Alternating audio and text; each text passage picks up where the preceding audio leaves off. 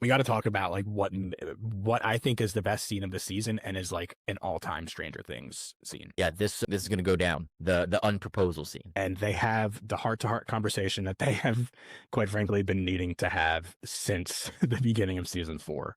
And they both just start like coming clean to each other, and they're just finally saying all the things that they haven't said to each other since the beginning of season 4.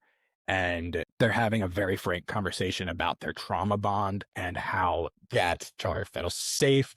They make each other feel safe, but also smothered and suffocated by it because, I mean, they're just each of them is a constant reminder of the other's trauma to them. And I think they stayed together out of a sense of obligation to each other, to their families, Hmm. but they have the conversation that they aren't meant for each other, and they loved each other and they love each other, but it's just Yeah, not right.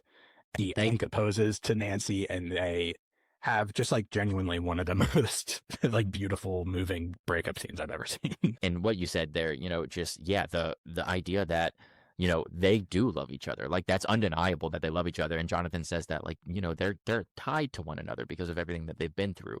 But just because those two things are true does not mean that they belong together. Those two things can be independent. And I think that they both have this like beautiful moment with one another of finally being able to say that. And it hit so hard. And it was like one of those breakup scenes that, it wasn't sad, it was freeing. You could tell, like, it was freeing for our characters because they have left it in the spot now where it's like, okay, we love each other, where we will be there for each other. We will continue to do so, but we are not meant for one another. And that's an important conversation for them to have. And I'm really glad that that's the route that they took.